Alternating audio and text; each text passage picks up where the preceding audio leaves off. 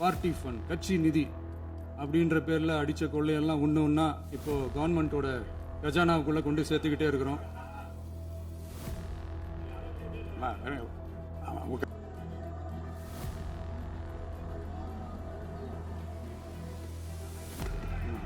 அதை நாங்கள் பின்பற்றினோம். ஆனால் இன்றைக்கு நீங்கள் பின்பற்றவில்லை என்றால் நீங்களும் பாக்குறீங்க. அங்கிருந்து ஏழை உரிமையில் விழித்து அந்த வாய்ப்பை நீங்கள் மாண்புமிகு எதிர்கட்சி தலைவர் அவர் பார்ட்டி ஃபண்ட் அப்படின்னு சொல்லியிருக்கிறாரு. ஒரு அமைச்சர் அவர் அந்த பார்ட்டி ஃபண்ட் எந்த பார்ட்டின்னு கூட சொல்ல தைரியம் இருந்தால் சொல்லுங்க. ஒவ்வொரு ஊழலா வெளியில வரும் போலே, ஒவ்வொரு வேஷமா கலைஞ்சிரும் போல இங்க இருக்கிற நிறைய பேரு நடுங்கி போய் எல்லாத்தையும் தெளிவா பார்த்துக்கிட்டு இருக்கிறாங்க.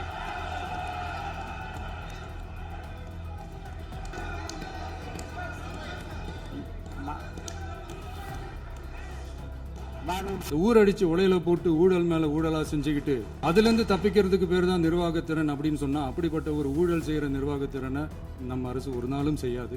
பொட்டி பெட்டியா பணத்தை வச்சுக்கிட்டு பெட்டியை வச்சு எல்லாம் செஞ்சுக்கிட்டு போதைப் பொருள் பாதுகாவல் கழக மாடல் அரசாங்கம் செஞ்ச ஒவ்வொரு ஊழலா வெளியில வந்துகிட்டு இருக்கு. பார்ட்டி ஃபண்ட், கட்சி நிதி அப்படின்ற பேர்ல அடிச்ச கொள்ளையெல்லாம் ஒன்று ஒன்றா இப்போ கவர்மெண்ட்டோட கஜானாவுக்குள்ள கொண்டு சேர்த்துக்கிட்டே இருக்கிறோம்.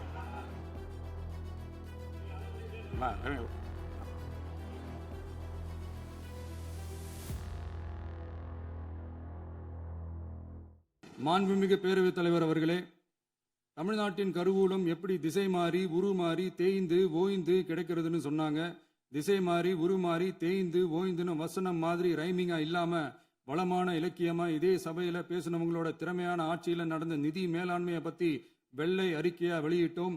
வெள்ளை அறிக்கை வந்ததிலிருந்தே கண்ணை கட்டுதுங்க. அந்த காலத்துல தான் பிள்ளையோ பிள்ளை தொல்லையோ தொல்லைன்னு சொன்னாங்க.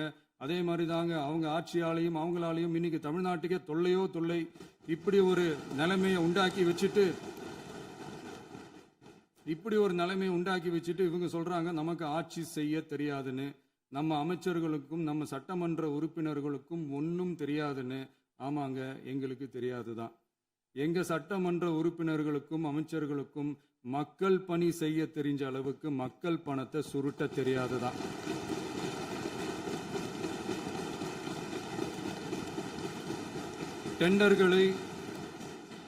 டெண்டர்களை முறைப்படுத்த தெரிஞ்ச அளவுக்கு அதோட ரேட்டை உயர்த்தி ஊழல் செய்ய தெரியாதுதான். பதவி உயர்வு வழங்கவும் பணி இடமாற்றம் கலந்தாய்வு நடத்தவும் தெரியுமே தவிர பதவி உயர்வுக்கும் பணியிட மாற்றத்திற்கும் பணம் பறிக்க தெரியாதுதான். புதிய பணியிடங்கள் உருவாக்க தெரியுமே தவிர அந்த பணியிடங்களை பணத்துக்கு விற்க தெரியாதுதான். கோயில்கள்ல நடக்கிற நிர்வாக சீர்கேட்டை தடுக்க நீங்க பேசுங்க, கண்டினியூ பண்ணுங்க. கோயில்கள்ல நடக்கிற நிர்வாக சீர்கேட்டை தடுக்க தெரியுமே தவிர கோயில் பணத்தை கொள்ளையடிக்க தெரியாதுதான். தங்கத்தை உருக்கி தாரை வார்க்க தெரியாதுதான். கனிம வளத்தை பாதுகாக்க தெரிஞ்ச அளவுக்கு கனிமத்தை வித்து கொள்ளையடிக்க தெரியாதுதான். அரசு வருமானத்தை அரசு கஜானாவுக்கு மாத்த தெரிஞ்ச அளவுக்கு அந்த பணத்தை தனிப்பட்ட கஜானாவுக்கு மடை மாத்த தெரியாதுதான். போதை கலாச்சாரத்தை தடுக்க தெரிஞ்சவங்களுக்கு போதை கலாச்சாரத்தை வளர்க்க தெரியாதுதான். நம்ம குடும்பத்தில் இருக்கிற பாட்டி அம்மா அக்கா தங்கச்சி குழந்தைங்களை பெண்களை மதிக்க தெரிஞ்சவங்களுக்கு ஓசி பஸ் 1000 ரூபாய் கேஸு இப்படிலாம் பேச தெரியாதுதான். எங்க உறுப்பினர்களுக்கும் அமைச்சர்களுக்கும் மக்கள் சேவை தெரிந்த அளவிற்கு சுயநல தேவையை செஞ்சிக்க தெரியாதுதான்.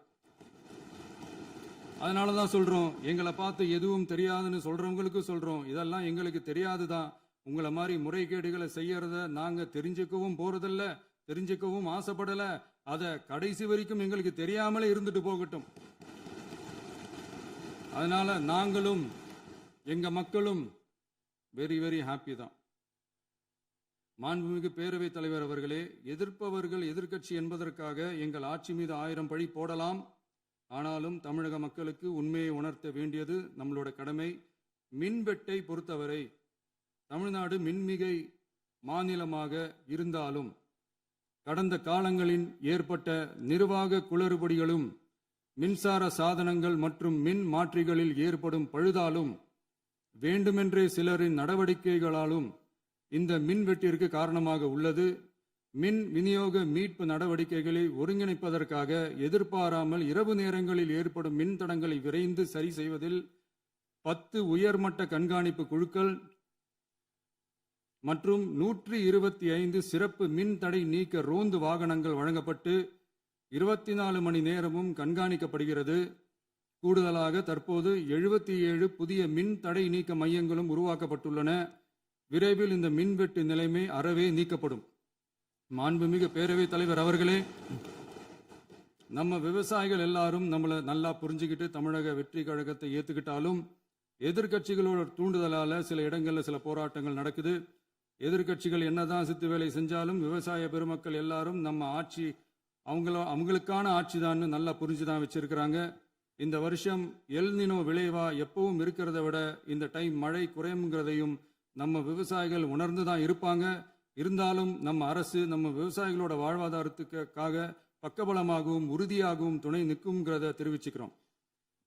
நம்ம தமிழகத்தில் ஏற்கனவே நடந்த அதி அற்புதமான சூப்பரான நிர்வாக திறன் கொண்ட 50 வருஷ அரசியல் அனுபவம் கொண்ட 2.0, 3.0, 4.0 பல 0.0 மாடல் ஆட்சி நடத்த கனவு கண்டவங்களோட அட்டகாசமான ஆட்சிக்காரங்க பல்வேறு விதமான நிதி நெருக்கடியை நம்ம மக்களுக்கும் நமக்கும் பரிசா கொடுத்துட்டு போய் இருந்தாலும் கூட்டுறவு வங்கிகளின் மூலம் 75,000 வரை பயிர்கடன் பெற்று குறு சிறு இதர பெரு விவசாயிகளுக்கு 100% முழுமையான பயிர்கடன் தள்ளுபடியும் 75,000க்கு மேல் கடன் பெற்றவர்களுக்கு குறைந்தபட்சமாக 35,000 பண பயன் கிடைக்கும் அளவிற்கு மொத்தம் 14,43,504 விவசாயிகளுக்கு ரூபாய் 5,932.23 கோடி பயிர்கடன் தள்ளுபடி வழங்கப்பட்டுள்ளது. மாண்புமிகு பேரவைத் தலைவர் அவர்களே, நாம ஒன்றியத்தில் கூட்டுறவு கூட்டாட்சி, மாநிலத்தில் சுயாட்சி என்ற கொள்கையை கொண்டவங்க தான் ஏற்கனவே அறிவிச்சிருக்கிறோம். தற்போதைய ஒன்றிய அரசு சார்ந்த கட்சியுடன் அரசியலில் கொள்கை அளவில் நேர் எதிராக நிற்கிறவங்க தான் நாம. அதே சமயத்தில் எதுக்கெடுத்தாலும் கண்ணை மூடிக்கிட்டு ஒன்றிய அரசோட மோதல் போக்கை விரும்புறவங்க நாம இல்ல. நமக்கு எப்பவுமே தமிழகத்தின் வளர்ச்சி மட்டும்தான் முக்கியம். அதுக்காக நம்மளோட அரசியல் ரீதியான கொள்கைகளையோ மாநில உரிமைகளையோ கொஞ்சம் கூட விட்டு கொடுக்கவே மாட்டோம். அதுல ரொம்ப தெளிவாகவும் உறுதியாகவும் இருக்கிறோம். இனியும் இப்படித்தான் இருப்போம். அதுல ஒருபோதும் மாற்றமே இருக்காது. அதனால இதுல யாரு திசை திருப்ப வேலையில் ஈடுபட்டாலும் அவங்க எல்லாரும் மக்கள் மத்தியில் தோற்பது உறுதி. எனவே நம்ம மக்களுக்கோ சிறுபான்மை சகோதரர்களுக்கோ நம்ம ஆதரவு இயக்கங்களுக்கோ எந்தவித சந்தேகமும் வேண்டாம். நாம் யாரோட டீமும் இல்ல. நாம எப்பவுமே பியூரான பீப்புள்ஸ் டீம். இன்னும் சொல்ல போனா நாம secular team, social justice team. மாண்புமிகு பேரவைத் தலைவர் அவர்களே, அரசு விழாக்கள், கல்வி நிறுவனங்கள் மற்றும் பல அதிகாரப்பூர்வ நிகழ்ச்சிகளோட தொடக்கத்தில் நம்ம தமிழ்தாய் வாழ்த்த பாடுறது தான் வழக்கமா இருக்கு. தமிழ்தாய் வாழ்த்த பொறுத்த வரைக்கும் நம் அரசு இதுல நம்மளோட உறுதியான நிலைப்பாட்டை ஒன்றிய அரசுக்கு மிக தெளிவா தெரிவிச்சிருக்கு. அது இல்லாம இதில் மாநில அரசின் கொள்கைக்கு ஏற்ப ஒன்றிய அரசின் அறிவிக்கையில் திருத்தம் மேற்கொள்ள கோரிக்கையும் விடுக்கப்பட்டுள்ளது. நீட் தேர்வை பொறுத்தவரை கிராமப்புற மற்றும் பொருளாதார ரீதியாக பின்தங்கிய மாணவர்களுக்கு சமமான வாய்ப்பை வழங்குவதில்லை. மருத்துவ கல்வியில் சமூக நீதி மற்றும் சம வாய்ப்பை நீட் பாதிக்கிறது என்பதை உணர்கிறோம். எனவே மருத்துவ படிப்புகளுக்கான சேர்க்கையை 12ஆம் வகுப்பு மதிப்பெண்களின் அடிப்படையில் நடத்த வேண்டும் என்று நமது அரசு வலியுறுத்தி வருகிறது. மத்திய அரசிடம் நீட்டிலிருந்து தமிழ்நாட்டிற்கு விலக்கு வழங்க வேண்டும் என்று கோரிக்கை விடுத்துள்ளது. மாண்புமிகு பேரவைத் தலைவர் அவர்களே, பேரறிஞர் அண்ணா அவர்கள் தலைமையிலான அரசு 1968 இருமொழி கொள்கையை நடைமுறைப்படுத்தியது. தமிழ் ஆட்சி மொழி, தமிழ் மொழியை பாதுகாப்பது, மாணவர்களுக்கு ஆங்கிலத்தின் மூலம் உலக அளவிலான வாய்ப்புகளை வழங்குவது, எந்த ஒரு மொழியையும் கட்டாயமாக திணிப்பதை தவிர்ப்பது மற்றும் எதிர்ப்பது, நிலத்தின் மொழி மற்றும் பண்பாட்டு அடையாளத்தை பேணுவது என்பதை நம் தமிழக வெற்றிக் கழக ஆட்சி ஏற்றுக்கொண்டுள்ளது.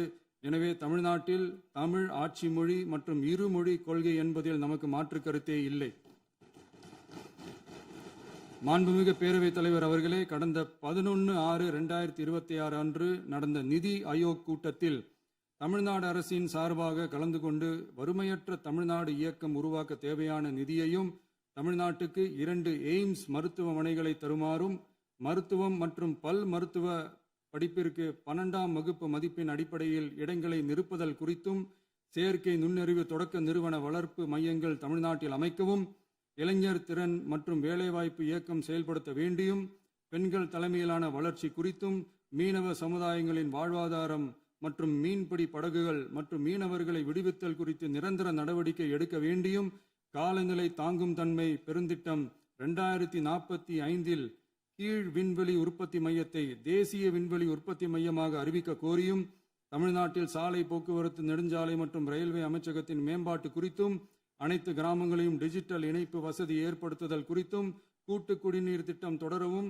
அரசின் விழாக்களில் தமிழ்தாய் வாழ்த்துக்கான முதலிடத்திற்கான கோரிக்கையும், மேகதாது அணை கட்டுமான நிறுத்தத்தை உறுதிப்படுத்தவும், மாநிலத்தின் மீது மும்மொழி கொள்கையை வற்புறுத்தாமல் புதிய கல்விக் கொள்கையை திணிக்காமல் தமிழகத்திற்கான கல்வித்தொகை ரூபாய் 3284 கோடியை விடுவிக்க கோரியும், ஆண்டுதோறும் 5 லட்சம் இளைஞர்களுக்கு உதவித்தொகையுடன் கூடிய பணியினை தொழில்நுட்ப பயிற்சி வழங்க ஒத்துழைப்பு வழங்குமாறும், ஒகேனக்கல் 3ஆம் கட்ட கூட்டு குடிநீர் திட்டத்திற்கான நிதி ரூபாய் 2283.40 விடுவிக்கவும், வேலை வாய்ப்பு மற்றும் வாழ்வாதாரத்துக்கான உத்தரவாத திட்டத்தின் கீழ் வேலை வாய்ப்புகளை உருவாக்க உடனடி நடவடிக்கை மேற்கொள்ள வேண்டியும் மற்றும் திருக்குறளை தேசிய இலக்கியமாக அறிவிக்குமாறும் தமிழ்நாடு சார்பில் பேசியுள்ளோம் என்பதை தெரிவித்துக் கொள்கிறோம்.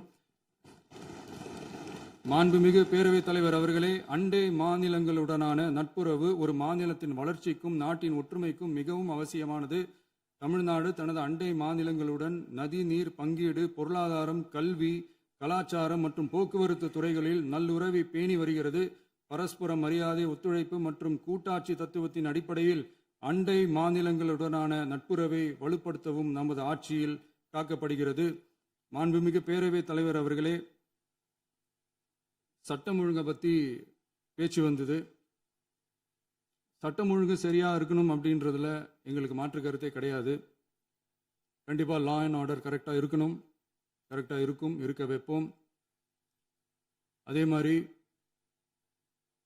பெண்கள் பாதிக்கப்படுறதையும் இங்கே யாராலையும் சகிச்சிக்கவே முடியாது. அதுக்கான கடுமையான நடவடிக்கைகள் நம்ம அரசு எடுத்துக்கிட்டு இருக்கிறோம்.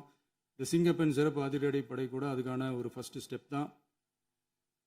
அதே மாதிரி இந்த போதைப் பொருள் நடமாட்டம், அதை கண்ட்ரோல் பண்ணுறதுக்கும் நம்ம அரசு கடுமையான நடவடிக்கைகள் எடுத்துக்கிட்டு இருக்கிறோம். அதையும் கண்டினியூ பண்ணி எடுப்போம். மாண்புமிகு பேரவைத் தலைவர் அவர்களே, இப்போ நான் சொன்ன இந்த பிரச்சனைகள்லாம் 2026 போன மாதம் மே மாதம் 10ஆம் தேதி புதுசாக வந்துடல. இதெல்லாம் பல வருஷமாக இருக்கிற பிரச்சனைகள் தான், பல வருஷமாக கண்டுக்காமல் விட்ட பிரச்சனைகள் தான்.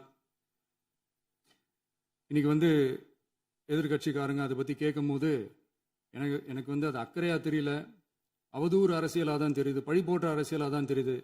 இப்படி அவதூறு பழி போடுறவங்கள பார்த்து ஒன்றே ஒன்று தான் கேட்கணும்னு தோணுது. கடந்த 9-10 மாசமா நம்ம ஸ்டேட்டில் சட்டம் ஒழுங்கு டிஜிபியே இல்லை. சட்டம் ஒழுங்கு டிஜிபியை போடுங்கன்னு சொல்லி எல்லாம் ஓஞ்சி போயிட்டோம். போன ஆட்சியில் நடந்ததுக்கெல்லாம் இப்போதான் விடையே கண்டுபிடிக்கிறோம் நம்ம ஆட்சியில்.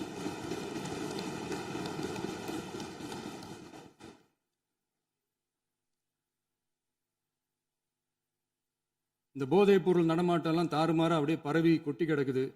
இதெல்லாம் இனிஷியல் ஸ்டேஜ்லேயே யார் கண்ட்ரோல் பண்ணியிருக்கணும்? போலீஸ் டிபார்ட்மெண்ட் அப்போ யார் கையில் இருந்தது? இத்தனை கேள்வி நம்மளை பார்த்து கேட்குறாங்களே, ஒரே ஒரு கேள்வி தான் நான் கேட்கணும்னு தோணுது. போலீஸ் டிபார்ட்மெண்ட்டை கையில் வச்சுக்கிட்டே பிகினிங்லேயே இனிஷியல் ஸ்டேஜ்லேயே இந்த போதைப் பொருள் நடமாட்டத்தை ஏன் கண்ட்ரோல் பண்ணலை? மனசாட்சி உள்ளவங்க இந்த பிரச்சனையெல்லாம் ஏன் நடக்குதுன்றது அவங்களுக்கே நல்லா தெரியும். இன்னைக்கு சட்டம் ஒழுங்கை பற்றி கேள்வி கேட்கக்கூடாதா அப்படின்னா தாராளமாக கேட்கலாம். இது ஜனநாயக அரசு, மன்னராட்சியெல்லாம் கிடையாது, மனசாட்சி உள்ள மக்களாட்சி. அதனால் கேள்வி கேட்கலாம், எல்லாருக்கும் எல்லா உரிமையும் உண்டு. விமர்சனம் செய்யலாம், எல்லாருக்கும் எல்லா உரிமையும் உண்டு. ஆனால் நம்ம ஆட்சியில் என்ன நடவடிக்கைகள் எடுத்திருக்கோன்றது தெரிஞ்சுக்கிட்டு அதுக்கேற்ற மாதிரி ஒரு நடுநிலையாக பேசுனீங்கன்னா கொஞ்சம் நல்லாயிருக்கும். சட்டம் ஒழுங்கை பற்றி யாருக்கு என்ன யோசனை இருந்தாலும், மக்கள் நலனுக்காக யாருக்கு என்ன யோசனை இருந்தாலும் அதை தாராளமாக சொல்லலாம். நம்ம அரசு அது காது கொடுத்து கேட்கும். ஆனால் நம்ம அரசினுடைய நிர்வாகத்திறன் அதை பற்றி பேசுகிறவங்களுக்கு இந்த ஊரடிச்சு உலையில போட்டு ஊழல் மேலே ஊழலாக செஞ்சுக்கிட்டு அதுலேருந்து தப்பிக்கிறதுக்கு பேர் தான் நிர்வாகத்திறன் அப்படின்னு சொன்னால், அப்படிப்பட்ட ஒரு ஊழல் செய்கிற நிர்வாகத்திறனை நம்ம அரசு ஒரு நாளும் செய்யாது. பொட்டி பெட்டியாக பணத்தை வச்சுக்கிட்டு பெட்டியை வச்சு எல்லாம் செஞ்சுக்கிட்டு போதைப் பொருள் பாதுகாவல் கழக மாடல் அரசாங்கம் செஞ்ச ஒவ்வொரு ஊழலாக வெளியில் வந்துக்கிட்டு இருக்கு. டாஸ்மாகில் அது என்னப்பா அது பேரு பார்ட்டி ஃபண்ட் கட்சி நிதி அப்படின்ற பேரில் அடித்த கொள்ளையெல்லாம் ஒன்று ஒன்றா இப்போது கவர்மெண்ட்டோட கஜானாவுக்குள்ளே கொண்டு சேர்த்துக்கிட்டே இருக்கிறோம். உட்காருங்க. மாண்புமிகு முதல்வர்கள் பதில் உரைக்கு பிறகு முதல்வர் பதில் உரைக்கு பிறகு நேரம் தர அப்போ பேசட்டும், அவங்க பேசட்டும், அவங்கள பேச அனுமதி. உட்காருங்க உட்காருங்க.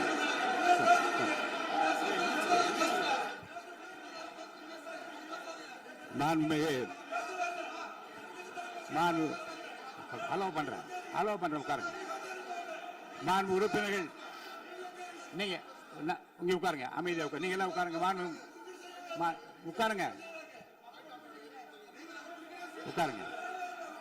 மாண்புமிகு நீங்க எல்லாரும் உட்காருங்க. அமைதியா உட்காருங்க. இருங்க உட்காருங்க. அப்புறம் நீங்க என்ன உட்காருங்க. நான் கொடுப்பேன், உட்காருங்க. நான் பாயிண்ட் ஆஃப் வார கொடுங்க, நான் கொடுக்குறேன். உட்காருங்க.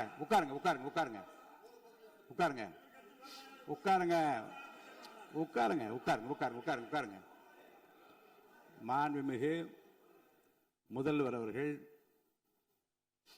கோர்வையாக நிதானமாக சொல்லிக்கொண்டே இருக்கிறார். நீங்கள் குறிப்பெடுத்து வைத்துக் கொள்ளுங்கள். பேசி முடித்தவுடன் நான் உங்களுக்கு அவகாசம் தருகிறேன். நீங்க ஒண்ணு சொல்லுங்க, என்ன என்பது நீங்க சொல்லுங்க. உங்க சொல்லுகிற வாய்ப்பை நான் உங்களுக்கு தருகிறேன். இப்பொழுது மாண்புமிகு முதலமைச்சர் உங்கள் உரையை தொடரலாம்.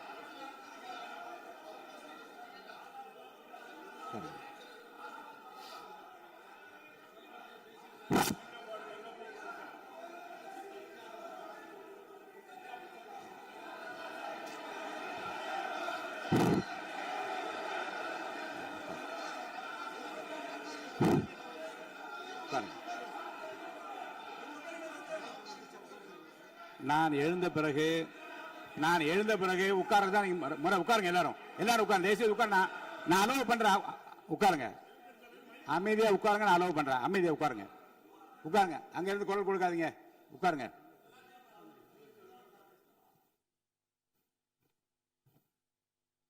இனிமையான இந்த விவாதத்தில்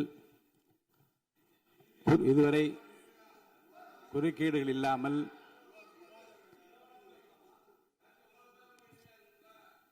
கொஞ்சம் அமைதியா இருங்க. மாண்புமிகு முதல்வர் அவர்கள் பேசி முடித்தவுடன் பாயிண்ட் ஆஃப் ஆர்டர் கேட்டிருக்கேன், நான் அனுமதிக்கிறேன். எதிர்கட்சி தலைவருக்கு மட்டும் நான் அனுமதி தருகிறேன். அவர் எழுந்து பேசலாம். மாண்பு முதலமைச்சர் நீங்க கண்டினியூ பண்ணி முடிக்கலாம். நீ எல்லாரும் எழுந்துச்சீங்கன்னா சரி வராது. உட்காருங்க. நான் சொல்லியிருக்கேன். உட்காருங்க.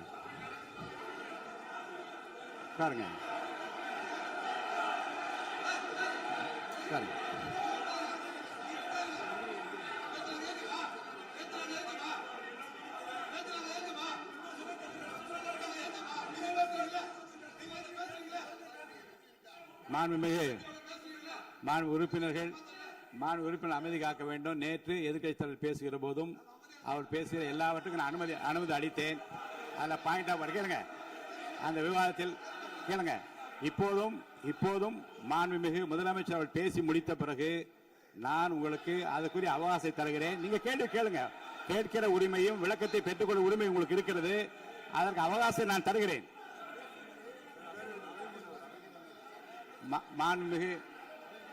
மாண்புமிகு உறுப்பினர் அமருங்க. நான் என் தீர்ப்பை சொல்லுகிறேன். மாண்புமிகு முதலமைச்சர் அவர்கள் பேசி முடித்தவுடன் எதிர்க்கட்சி தலைவருக்கு அந்த வாய்ப்பை நான் தருகிறேன். நிச்சயமா அந்த கேள்வி கேட்கலாம். உட்காருங்க எல்லாரும். முன்னவர் பேசுங்க. மாண்பு பேரவைத் தலைவர் அவர்களே, இன்று இவர்கள் முயற்சி செய்வது அவர் ஆளுங்கட்சியாக இருக்கின்ற போது இருங்க, நான் சொல்லிடுறேன் ப்ளீஸ். ஒரே நிமிஷம் நான் சொல்லிடுறேன் ப்ளீஸ். ஆளும் கட்சியாக இருக்கின்ற போது நீங்கள் சொன்ன ஒரே வார்த்தை, நாங்கள் பேசி முடித்ததற்கு பிறகு குறிப்பிடுத்துவிட்டு நீங்கள் எந்த கேள்வி வேண்டுமானாலும் கேட்கலாம் என்று ஒரு முறையை நீங்கள் பின்பற்றினீர்கள். அதே முறையை இப்போது பின்பற்ற வேண்டும் என்று கேட்டுக்கொள்கிறேன். பள்ளிக்கல்வித்துறை அமைச்சர். மாண்புமிகு பேரவைத் தலைவர் அவர்களே, நேற்றைய தினம் கூட எதிர்க்கட்சி தலைவர் சொன்னதை முழுமையாக கேட்டு இறுதியில் ஒரு வாய்ப்பு தந்தீங்க. அதுவும் இல்லாம இந்த நேரத்தில் நேரலையில் நீங்களும் பாக்குறீங்க. அங்கிருந்து ஏழை ஒருமையில் விழித்து இந்த பக்கம் இருக்க உறுப்பினர்களை பார்த்து ஏழை அப்படின்னு ஒருமையில் விழிப்பதை உங்கள் மூலமாக கண்டிக்கிறேன். அந்த வார்த்தையை அவை குறிப்பிலிருந்து நீக்கணும். கண்ணியம் காத்து முதல்வர் முழுமையாக பேசுவதை காத்து கண்ணியம் காத்து இந்த சபைக்கு ஒரு மரபு இருக்கிறது. அதை மூத்த உறுப்பினர்கள் பின்பற்றபடி உங்கள் மூலமாக கேட்டுக்கொள்கிறேன். மாண்புமிகு முதலமைச்சர் அவர்கள் உரையை தொடரலாம். நான் தரேன். நான் உறுதியாக மாண்புமிகு முதலமைச்சர் அவர்கள் பேசி முடித்தவுடன் எதிர்க்கட்சி தலைவருக்கு அந்த வாய்ப்பு தரப்படும் என்பதை உறுதியாக சொல்லிவிட்டேன். இடையிலே குறுக்கீடு செய்யாமல் அந்த பேச்சு முழுமையாக பேசி முடிக்க நீங்கள் அனுமதி வழங்க வேண்டும் என்று கேட்டுக்கொள்கிறேன். அமைதியா உட்காருங்க. அவங்க பேசி முடிக்கட்டும், நீங்க கேளுங்க. நான் என்ன சொல்றேன், கேட்கிற உரிமையும் விளக்கத்தை கேட்டு பெற உரிமை உங்களுக்கு இருக்கிறது. ஆனா இடையிலே குறுக்கீடு செய்யாமல் அதை முடிக்கும்படி நான் கேட்டுக்கொள்கிறேன். மாண்புமிகு முதலமைச்சர் அவர்கள் தொடர்ந்து நீங்க பேசலாம்.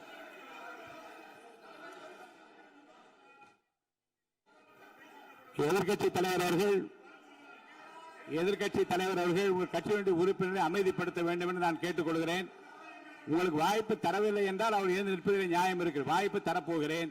மாண்புமிகு முதலமைச்சர் அவர்கள் பேசி முடித்தவுடன் உங்களுக்கு வாய்ப்பு தரப்படும். அது வரைக்கும் உங்களுடைய உறுப்பினரை அமைதி காக்க நீங்கள் தான் பார்த்துக் கொள்ள வேண்டும். மாண்புமிகு அவை முன்னவர். மாண்புமிகு பேரவைத் தலைவர் அவர்களே, அவர் அப்போது சொன்னது வேறு, இப்போது நடந்து கொள்கிற முறைகள் வேறாக இருக்கிறது. அன்றைக்கு அவர் சொல்லுகிற போது அமைச்சர் அத்தனை பேரும் பேசி முடித்ததற்கு பிறகு உங்களுடைய கருத்துக்கள் ஏதாவது தெரிவிக்கலாம். இப்போது பின்பற்றினால் நன்றாக இருக்கும். நீங்கள் அதற்காகத்தான் சொன்னீர்கள். முதலமைச்சர் பேசியதற்கு பிறகு எதிர்க்கட்சி தலைவர் அவர்கள் பேசுவதற்கு வாய்ப்பளிக்கிறோம் என்று சொல்லியிருக்கிறார்கள். ஆகவேதான் அந்த வாய்ப்பை நீங்கள் இல்ல அது பதில் சொல்லணும்னு கேட்டிருக்காங்க. பதில் சொல்லணும் சொல்லியிருக்காங்க. பதில் சொல்லினா தங்க பிரச்சனை இல்ல. அப்படி இல்ல. ஆகவே இல்ல நேற்றைய தினம் நீங்கள் அப்படி பேசிக்கொண்டது ஆறாவது இல்ல. நேற்றைய தினம் நீங்கள் பேசுகிற போது ஆறாவது குறுக்கிட்டார்களா? நீங்கள் பேசுகிற போது யாருமே குறுக்கிடவில்லை. நீங்க எவ்வளவு பேசினீர்கள், எவ்வளவு வார்த்தைகள் பேசினீர்கள் என்பதெல்லாம் எங்களுக்கு தெரியும். யாருமே அதில் குறுக்கிடவில்லை. இது முதலமைச்சர், எங்கள் முதலமைச்சர் எதிர்க்கட்சி தலைவர் பேசுகிற போது யாரும் குறுக்கிட வேண்டாம் என்று சொன்னார்கள். அதை நாங்கள் பின்பற்றினோம். ஆனால் இன்றைக்கு நீங்கள் பின்பற்றவில்லை என்பதால் வேதனையாக இருக்கிறார். முன்னவர் நேற்று எதிர்க்கட்சி தலைவர் பேசுகிற போது அடுக்கடுக்காக குற்றச்சாட்டுல வைத்தார். இப்போ அதற்குரிய மாண்புமிகு பொதுப்பணித்துறை அமைச்சர் கூட காலையில் அலுவலகத்தை சந்தித்து அவர்கள் சாட்டிய குற்றச்சாட்டுகளுக்கெல்லாம் ஆதாரங்களை எல்லாம் நான் கொண்டு வந்திருக்கிறேன் என்று சொன்னேன். நான் நேற்று அந்த விஷயம் நேற்றோடு முடிந்து விட்டது. ஆதாரங்களை கொடுங்கள். தக்க நேரத்தில் இதை பற்றி சொல்ல வேண்டிய நேர்ந்தால் நான் இதெல்லாம் ஆய்வு செய்து உரிய நேரத்தில் அவை குறிப்பிட்டு ஏற்றுவதற்கு முன்பாக அவரிடம் காட்டி அதற்கு பிறகு அதை பற்றி முடிவெடுக்கும் என்று நான் சொன்னேன். இப்போதும் சொல்லுகிறேன், மாண்புமிகு முதலமைச்சர் அவர்கள் பேசிக் கொண்டிருக்கிறார். பேசி முடிக்கட்டும். எதிர்க்கட்சி தலைவருக்கு உறுதியாக நான் வாய்ப்பு தருவேன்.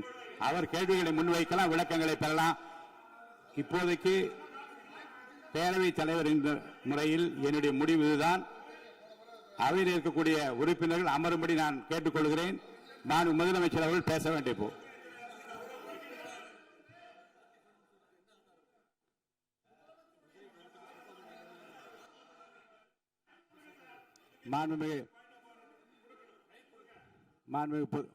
இருங்க.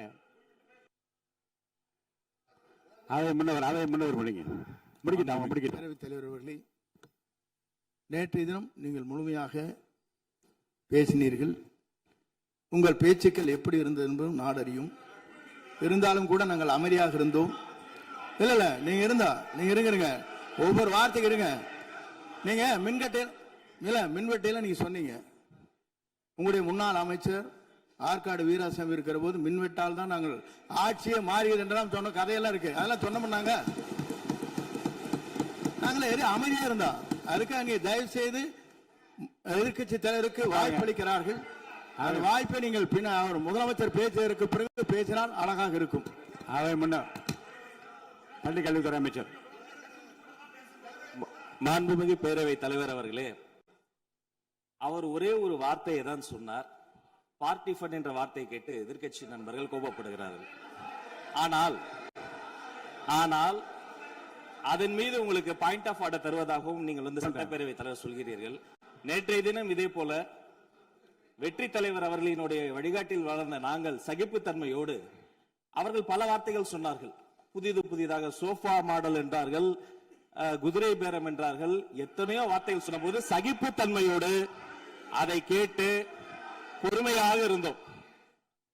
இவர்கள் குதிரை பேரம் எல்லாம் அவைக்குள் நீக்கப்பட்டு விட்டது. சரி, சோஃபா மாடல் என்று சொன்னார்கள். ஆதாரம் கேட்டு இப்படி எழுந்து நாங்கள் கொந்தளிக்காமல் ஒரு சட்டமன்றத்தில் ஒரு உறுப்பினர் எப்படி நடந்து கொள்ள வேண்டும் என்பதற்கு எடுத்துக்காட்டாக தமிழக வெற்றி கழகத்தின் உறுப்பினர்கள் நடந்து கொண்டார்கள். இப்போது மதிப்பிற்குரிய எதிர்க்கட்சி தலைவர் அவர்களே, உங்களூடாக நான் கேட்பது என்னவென்றால், அவர்களினுடைய கட்சி உறுப்பினர்களை அவர் அமைதிப்படுத்தி முதல்வர் அவர்கள் உரையை முழுமையாக கேட்டு சகிப்புத்தன்மைக்கு சட்டமன்றத்தில் இந்த பக்கம் மட்டுமல்ல அந்த பக்கமும் எடுத்துக்காட்டாக இருப்பதற்கு அவர் வழிவகை செய்ய வேண்டும் என்று உங்கள் மூலமாக கேட்டுக்கொள்கிறேன். பொதுப்பணித்துறை அமைச்சர்.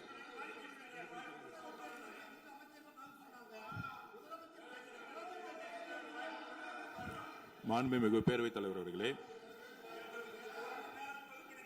திராவிட முன்னேற்ற கழகம் முதல் நாளில் இந்த சபையுடைய மரபையும் பாரம்பரியத்தை பற்றியும் நமக்கு வகுப்பெடுத்தார்கள். அந்த மரபுப்படி எங்களுடைய தலைவருடைய வழியில் இந்த சட்டசபையுடைய நிகழ்வுகளில் நாங்கள் கலந்து கொண்டிருக்கிறோம். நேற்று எதிர்க்கட்சி தலைவர் பேசும் பொழுது எவ்வளவோ வார்த்தைகள் உண்மைக்கு புறம்பாக சட்டத்திற்கு எதிராக ஒரே நிமிஷம் பேசுறேன். சட்டத்திற்காக பேசும் பொழுது நாங்கள் அமைதியாக இருந்தோம். ஒரு 2-3 முறை தான் வந்து அவரு பேசும்போது மினிஸ்டர்கள் இருந்துச்சு நின்றாங்க. ஆனா இன்னைக்கு மாண்புமிகு முதலமைச்சருடைய முதல் உரை கடந்த 4 நாட்களாக திராவிட முன்னேற்ற கழகம் முதலமைச்சர் ஏன் பேசலன்னு சொல்லிட்டே இருந்தாங்க. இன்னைக்கு பேச ஆரம்பிச்ச உடனே அவர் சொன்ன வார்த்தை பார்ட்டி ஃபண்ட் சொன்னார். எந்த பார்ட்டின்னு சொல்ல. ஆனா அந்த வார்த்தைகள் சொல்லி முடிஞ்ச உடனே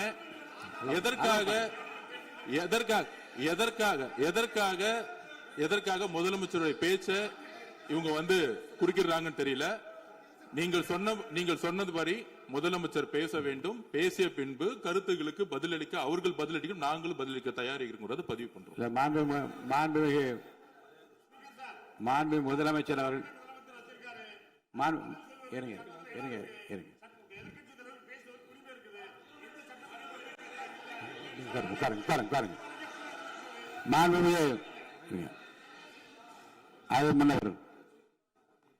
மரபு இருக்கிறது, எப்போது வேணும் பாயிண்ட் ஆஃப் ஆர்டர் இருக்கலாம். இருந்தாலும் கூட நீங்க இந்த மரபை நீங்க கடைபிடித்தீங்களா உங்க ஆட்சியில?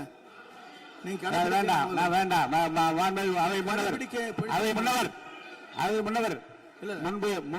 முன்பு எப்படி நடந்தால் என்பதை பற்றியோ முன்பு நடந்த நிகழ்வுகள் பற்றியோ நீங்கள் சொல்லி மீண்டும் இந்த அவையினுடைய மாண்பை குறைக்க வேண்டாம் என்று நான் கேட்டுக்கொள்வது வேண்டாம். இப்போது உள்ள பிரச்சனை, மாண்பு முதலமைச்சர் அவர்கள் தன்னுடைய பேச்சை உறுதி செய்து முடிக்க வேண்டும். அவர் முடித்த பிறகு எதிர்க்கட்சி தலைவருக்கு நான் நிச்சயமாக வாய்ப்பு தருவேன். அவர் கேள்வி கணைகளை தொடுக்கலாம், சந்தேகங்களை கேட்கலாம். விளக்கம் தருவதற்கு மாண்பு முதலமைச்சர் அவர்கள் தயாராக இருக்கின்றார். அமைதியாக என்னை அமரும்படி நான் கேட்டுக்கொள்கிறேன். இப்ப நான் அனுமதிக்க முடியாது. மாண்பு முதலமைச்சர் உரையை தொடரலாம்.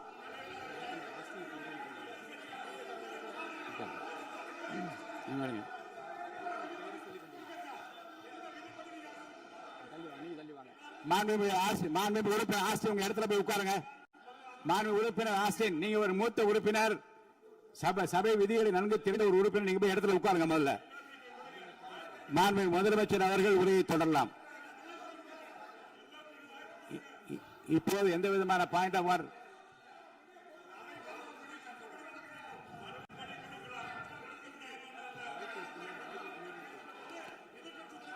நான் வாய்ப்பு இல்லை என்று சொன்னால் நீ எழுந்து நிற்பதிலே நியாயம் இருக்கிறது. உட்காருங்க. வாய்ப்பு உறுதியாக எதிர்க்கட்சி தலைவருக்கு பாயிண்ட் ஆஃப் ஆர்டர் மட்டுமல்ல, உட்கார்ந்து அவர் பேசிய பேச்சுக்கள் என்னென்ன இருங்க, என்ன உங்களுக்கு சந்தேகம் இருக்கிறதோ, வினாக்கள் இருக்கிறதோ அதை நீங்க கேட்கலாம். அவர் பதில் சொல்வதற்கு தயாராக இருக்கிறார். பேசி முடிக்கின்ற வரை அமைதி காக்கும்படி உங்களை நான் கேட்டுக்கொள்கிறேன். மாண்புமிகு எதிர்க்கட்சி தலைவர் முழு ஒத்துழைப்பை நீங்கள் தர வேண்டும் என்று நான் எதிர்பார்க்கிறேன். மைக்.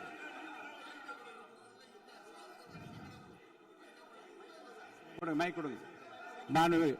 மாண்புமிகு எதிர்க்கட்சி தலைவர். பேரவைத் தலைவர் அவர்களே, நீங்க உட்காருங்க. நேற்று நான் பேசும்போது சில அமைச்சர்கள் குறுக்கிட்டு பேசினாங்க, அதற்கு நீங்க அனுமதி கொடுத்தீங்க. அதே மாதிரி இன்னைக்கு முதலமைச்சர் பேசும்போது சில வார்த்தைகள், தவறான வார்த்தைகள் பேசுறாரு. அவர் பார்ட்டி ஃபண்ட் அப்படின்னு சொல்லியிருக்கிறாரு. அவர் அமைச்சர் அந்த பார்ட்டி ஃபண்ட் எந்த பார்ட்டின்னு கூட சொல்ல தைரியம் இருந்தா சொல்லுங்க, நாங்க அதெல்லாம் ஃபேஸ் பண்ண தயாரா இருக்கோம். எதையும் ஆதாரத்தோடு எதையும் பேசுங்க. இங்க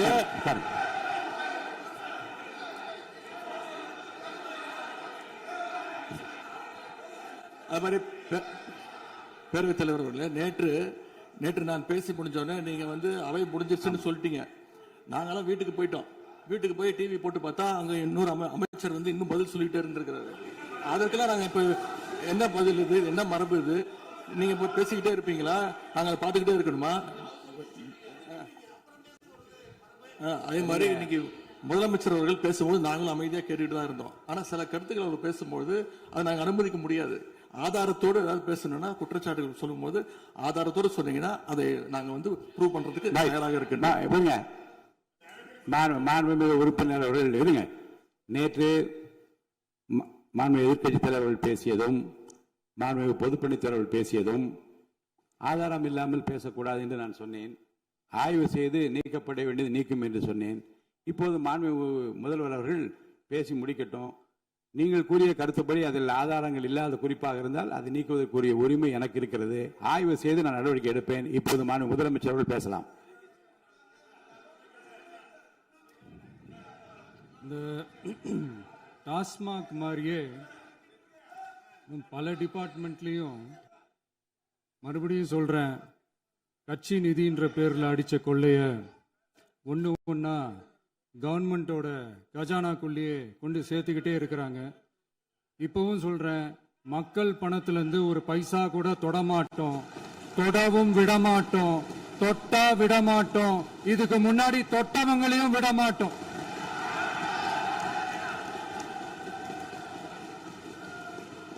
ஒவ்வொரு ஊழலா வெளியில வரும் போலயே, ஒவ்வொரு வேஷமா கலைஞ்சிரும் போலயே இங்க இருக்கிற நிறைய பேரு நடுங்கி போய் இதுல நம்ம மேல அவதூறு வேற. இப்ப புதுசா ஒரு வெப்பன் ஒண்ணு கொண்டு வந்திருக்காங்க. அது என்ன தெரியுமா? அவங்க தயவால தான் நம்ம ஆட்சி நடக்குதாம். மக்கள் தயவால இந்த ஆட்சி நடந்துகிட்டு இருக்கு. மனசாட்சி உள்ள சக்திகளோட ஆதரவால இந்த ஆட்சி நடந்துகிட்டு இருக்கு. நாங்க தான் அனுப்பி வச்சோம் அப்படின்றாங்களே. அனுப்பி வச்சவங்களுக்கு மினிஸ்ட்ரியில இடம் கொடுத்தா ஏன் கதறீங்க? ஏன் இவ்வளவு கோவம்? ஏன் இவ்வளவு கதறல்ஸ்? இதுல இன்னொரு முக்கியமான விஷயம், மார்க்சிஸ்ட் கம்யூனிஸ்ட் கட்சி நமக்கு ஆதரவு கொடுத்தது சுயேட்சையா எடுத்த முடிவுன்னு சொல்றாங்க.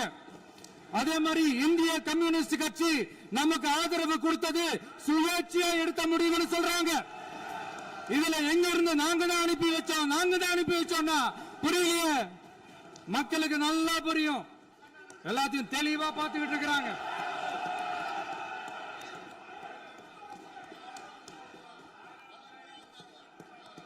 முதலமைச்சர் கண்டினியூ பண்ணலாம். மாண்பு முதலமைச்சர்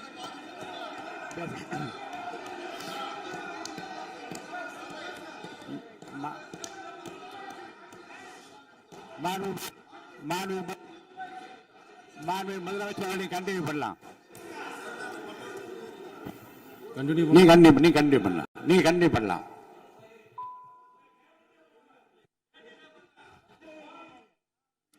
இந்த சமூக நீதி அரசுன்னு சொல்றவங்களை பார்த்து கேட்கிறேன், நம்ம பட்டியலின சகோதரர்களுக்கு எத்தனை அமைச்சர் பதவி கொடுத்தீங்கன்னு கொஞ்சம் சொல்ல முடியுமா?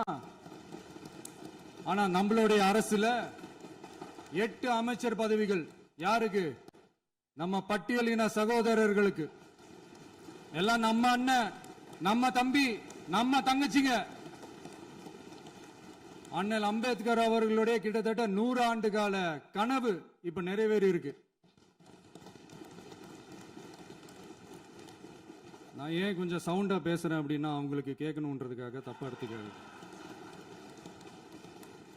அதே மாதிரி பெண்களோட பாதுகாவலர் நாங்க தான் அப்படின்னு சொல்லிக்கிறவங்கள கேட்கிறேன், எத்தனை பெண்களுக்கு அமைச்சர் பதவியில இடம் கொடுத்தீங்க கொஞ்சம் சொல்ல முடியுமா?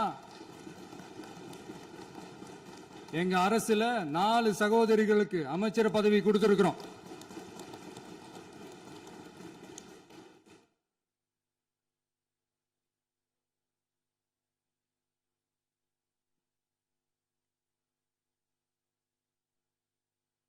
அதனால மக்களால் நிராகரிக்கப்பட்டு மக்களால் அகற்றப்பட்டவங்களுக்கு ஒன்னே ஒன்று சொல்லிக்கிறோம், தப்பே செய்ய மாட்டோம், ஊழலே செய்ய மாட்டோம், நேர்மையா தான் இருப்போம், நியாயமா தான் இருப்போம் அப்படின்னு சொல்றவங்களால மட்டும்தான் கூட்டணி ஆட்சி அமைக்க முன்வரும். ஆட்சியிலையும் பங்கு, அதிகாரத்திலையும் பங்கு கொடுக்க முன்வரும். ஊழல்லையே ஊறி போனவங்களால இந்த கூட்டணி ஆட்சியோ, ஆட்சியிலையும் பங்கோ, அதிகாரத்திலையும் பங்கோ கொடுக்க முன் வராது. மெஜாரிட்டி இருந்தாலும் தரமாட்டாங்க, மெஜாரிட்டி இல்லைனாலும் தரமாட்டாங்க. கேட்டா ரெடிமேடா ஒரு பதில் ஒண்ணு வச்சிருப்பாங்க, கூட்டணி ஆட்சியை மக்கள் விரும்ப மாட்டாங்கன்னு. அதே மக்கள் தான் இப்ப அவங்கள பார்த்து சிரிக்கிறாங்க. நான் பதவி ஏத்த அன்னைக்கு கொஞ்சம் டைம் அவகாசம் கேட்டேன். எதுக்கு கேட்டேன்? நிதி நிலைமைலாம் கொஞ்சம் மோசமா இருக்குது, அதெல்லாம் கொஞ்சம் சரி செஞ்சுக்கிட்டு படிப்படியா கொஞ்சம் கொஞ்சமா நான் கொடுத்த வாக்குறுதிகள்லாம் செயல்படுத்துவேன், அதுக்காக கொஞ்சம் டைம் அவகாசம் கேட்டேன். நான் ஏதோ வேற எதுக்காகவோ வேற யாருக்காகவோ ஏதோ அவகாசம் கேட்ட மாதிரி. அடுத்து இங்க சபையில இல்லாதவங்களை பத்தி பேச வேண்டாம்னு நினைக்கிறேன்.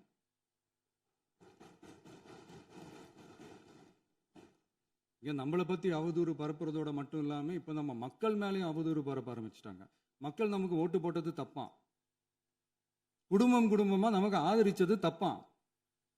இது இப்ப இல்ல, நான் சொல்றது எம்ஜிஆர் அவர்கள் காலத்திலிருந்தே. அப்பவே அவர் ஜெயிச்சப்போ அதே மக்களை தப்பு தப்பா பேசுறது. மக்கள் என்ன பண்ணிட்டாங்க, எம்ஜிஆர் என்ன பண்ணிட்டாரு, எம்ஜிஆர் என்ன இது பண்ணிட்டாரு. 50 வருஷமா ஒரே டெக்னிக்கா.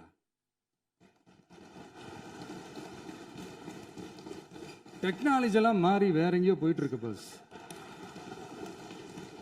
இதுல கொஞ்சம் டெக்னிக்காச்சும் கொஞ்சம் மாத்தினா கொஞ்சம் நல்லா இருக்கும்.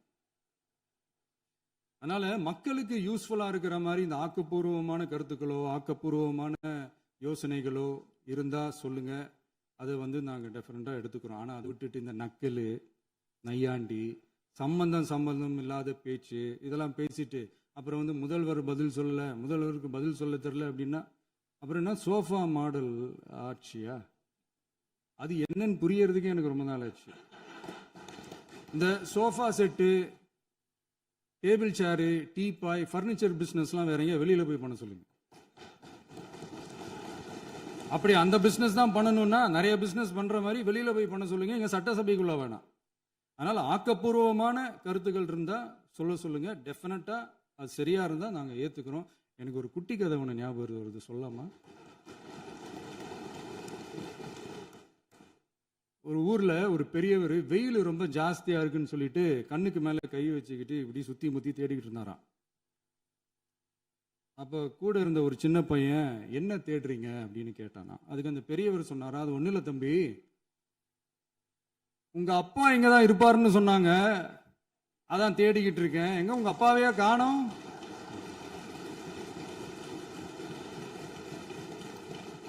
இல்ல அந்த எங்களுக்கும் நக்கலா நையாண்டியா சம்பந்தம் இல்லாத குட்டி கதை இதெல்லாம் எங்களுக்கும் பேச தெரியும். அந்த கதையில பெரியவர் அப்படி சொன்னாராம், தப்பா எடுத்துக்காதீங்க. அந்த கதையில பெரியவர் அப்படி கேட்டாராம். அதனால யாரும் இங்க டென்ஷன் ஆக வேணாம். அதனால இன்னொரு இந்த என்னுடைய உரையை முடிக்கிறதுக்கு முன்னாடி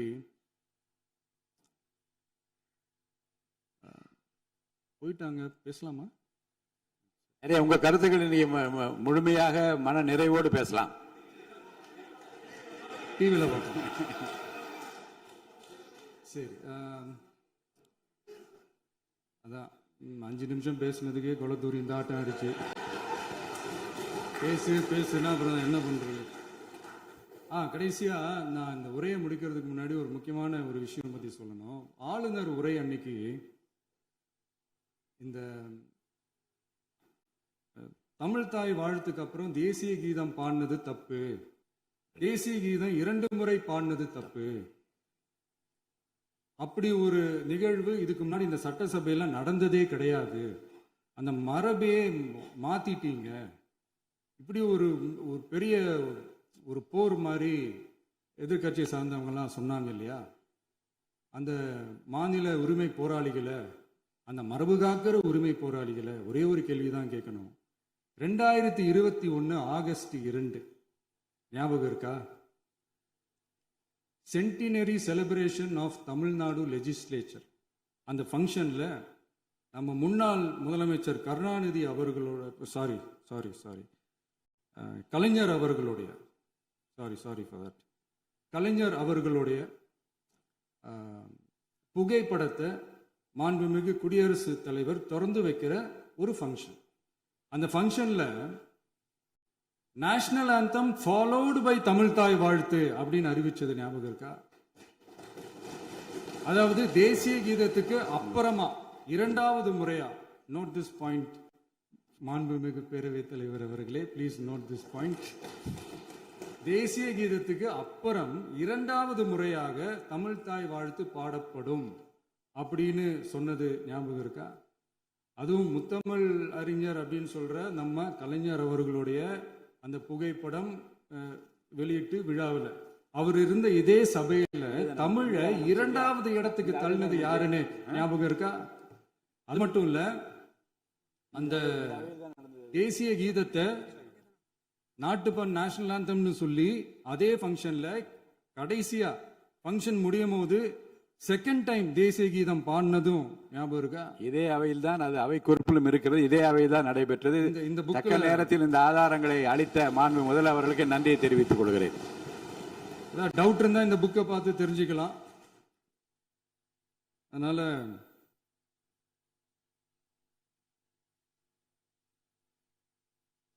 இதெல்லாம் கேட்டா என்ன சொல்லுவாங்கன்னா, அது ஜனாதிபதி கலந்துகிட்ட ஃபங்க்ஷன், அதெல்லாம் அப்படிதான், அதெல்லாம் கண்டுக்க கூடாது அப்படின்னு சொல்லுவாங்க.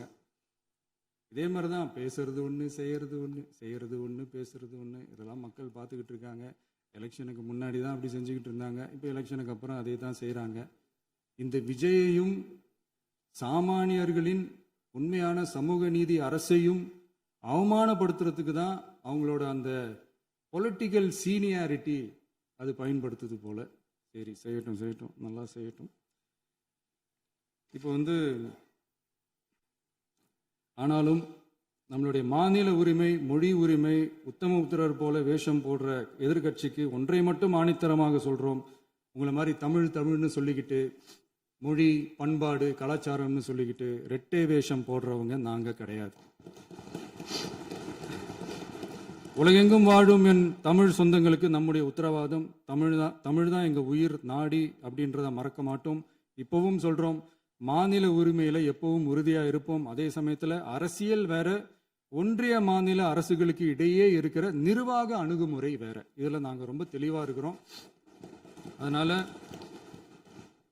எங்களுக்கு பாடம் எடுக்கிறதா நினைச்சுக்கிட்டு உங்க வேஷத்தை நீங்களே கொஞ்சம் கொஞ்சமா கலைச்சிக்கிட்டே வர்றீங்க, மறந்துடாதீங்க. அப்புறம்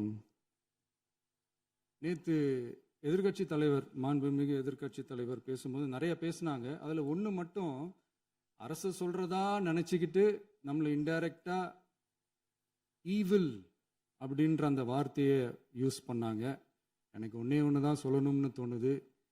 ஈவில்ஸ்னு டெவில்ஸ் பேசக்கூடாது.